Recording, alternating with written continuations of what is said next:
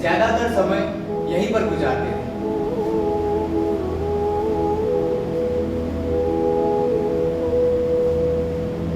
जनवरी शुक्रवार। उस दिन की सुबह भी आम दिन के सुबह की तरह ही होती थी। किसी ने सोचा भी नहीं होगा कि आने वाला समय क्या लाने वाला है। उस दिन करीब सुबह 3:30 बजे, हाँ 3:30 बजे लोग इकट्ठा हुए प्रार्थना सभा के लिए।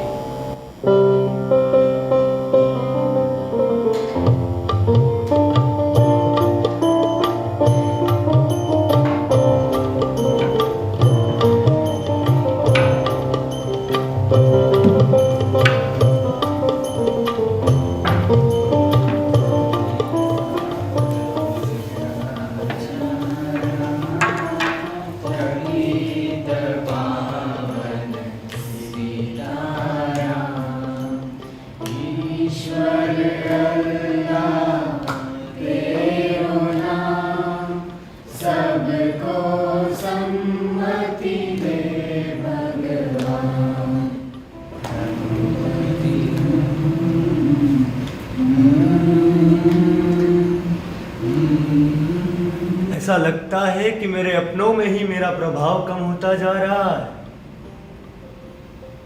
भक्ति एक मार्ग है जो इंसान के आत्मा को साफ करती है। गांधी जी मनु को समझा रहे थे कि उनके लिए भक्ति क्या है। आभा का सुबह की पूजा में ना होना उन्हें काफी दुखी कर रहा है।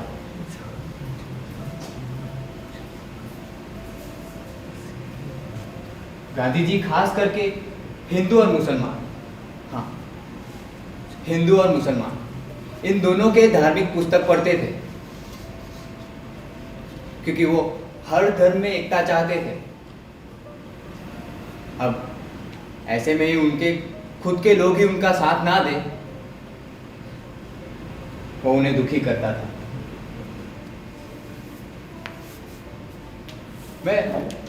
मैं चुपचाप वहां पे उनके आदेश का इंतजार करता रहा। वो 10 दिन के लिए सेवाग्राम जाने वाले थे। बस उसी वक्त मैंने उनको इंडियन नेशनल कांग्रेस का ड्राफ्ट दिया। उन्होंने उसको बिना पढ़े ही मेरे सुपीरियर प्यारेलाल जी को दे दिया।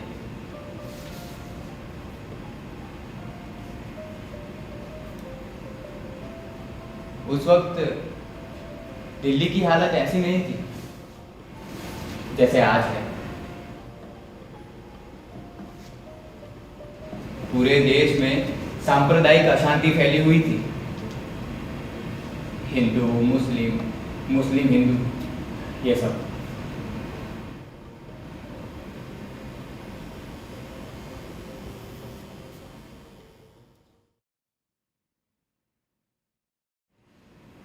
मैं माउंटबेटन से कहने जा रहा हूं कि अगर जरूरत पड़े तो अंतरिम सरकार से दरखास्त करके जिन्ना को दावत दे और कहे कि वो अपनी मनचाही सरकार बना सकता है। बस पाकिस्तान बनाने की जिद को छोड़ दे।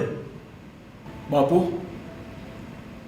अब अपनों की बलि चढ़ाकर एक ऐसे आदमी की हिमायत कर रहे हैं जिसने पूरी जिंदगी आपका विरोध किया है। अगर अपनों की बलि चढ़ाकर हिंदुस्तान को बचाया जा सकता है तो ये सौदा महंगा नहीं है सरदार। ये आपका ज्यादा ख्याल हो सकता है बापू। और आपको क्या लगता है कि सेंट्रल असेंबली आपका साथ देगा? अगर ऐसा हुआ तो आपको मुझे वचन देना होगा कि कांग्रेस सदन अपने बहुमत का इस्तेमाल जिन्ना की सरकार को रोकने के लिए नहीं करेगी। बापू, मैं हमेशा से आपकी इज्जत करते आया हूं, लेकिन आज आपकी बात सुनकर बहुत अजीब लग रहा है। और मान लीजिए कि हमने जुबान दे भी दी, तो क्या जिन्ना कांग्रेस पर यकीन कर पाएंगे? और क्या सदन में इतने सारे लोगों को समझाना आसान होगा? क्या आप सभी लोग चुपचाप तमाशा देखते रहेंगे कि कैसे जिन्ना जैसे तानाशाह की मर्जी चलती है?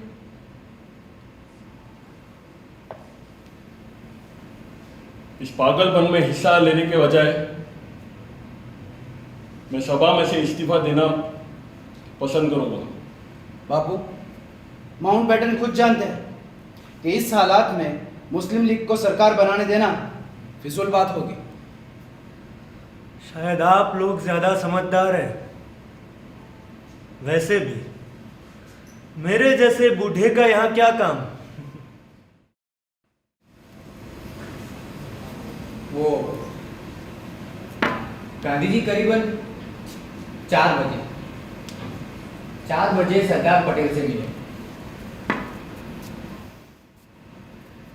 अगर आदमी तय कर ले तो क्या संभव नहीं? मेरे लिए तो नहीं है, कम से कम इस मामले में तो बिल्कुल नहीं। ये तो सरदार जैसी बात नहीं। बापू, आप जो चाहे कह सकते हैं, मगर इतना भरोसा जरूर कीजिए कि मैं जनता से अपने त्याग पत्र की बात नहीं करूंगा और ना ही कांग्रेस छोड़कर नई पार्टी बनाऊंगा, बल्कि पार्टी में ही रहकर पार्टी की बिगड़ी हुई हालत को दुरुस्त करूंगा। इससे जवाहर को ज्यादा मदद मिलेगी। बापू, मैं जवाहर से बात करूंगा। कोई ना कोई रास्ता तो निकालना होगा। मेरे पास कोई रास्ता नहीं है बापू, थक चुका हूं, बीमार हूं। मैं तुम्हारा इलाज करूंगा। इलाज तो मैं तुमसे करवाऊंगा ही, मगर सरकार में नहीं रह पाऊंगा। मैं उससे बात करूंगा। देखो, इस बात को यहां खत्म नहीं करते। कोई ना कोई रास्ता जरूर निकल आएगा। बस ये बातचीत चल ही रही थी कि इतने में आभा ने आके बता दिया कि देर हो रही है प्रार्थना के लिए। बहुत देरी हो जाने के कारण गांधी जी ने प्रार्थना सभा को जाने के लिए नजदीकी रास्ता अपनाया। बाहर काफी भीड़ इकट्ठा हो गई थी। उन लोगों में कुछ हलचल हो रही थी कि बापू अभी तक आए क्यों नहीं, इतनी देर क्यों हो गई। जैसे ही बापू ने बाहर कदम रखा, लोग खुश हो गए, उनमें एक उत्साह आ गया। लोग उनको प्रणाम कर रहे थे, कुछ लोग तो उनके चरण स्पर्श करने लगे थे। जैसे जैसे बापू आगे बढ़ते गए, उस भीड़ में रास्ता बनता गया।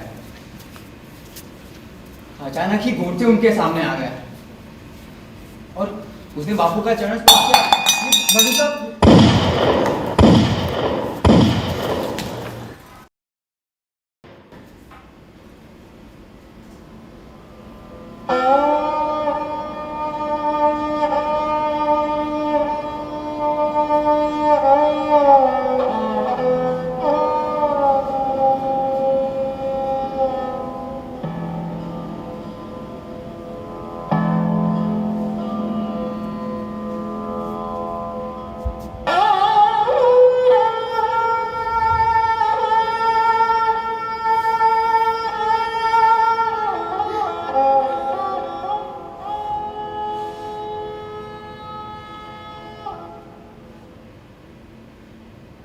समय 5:17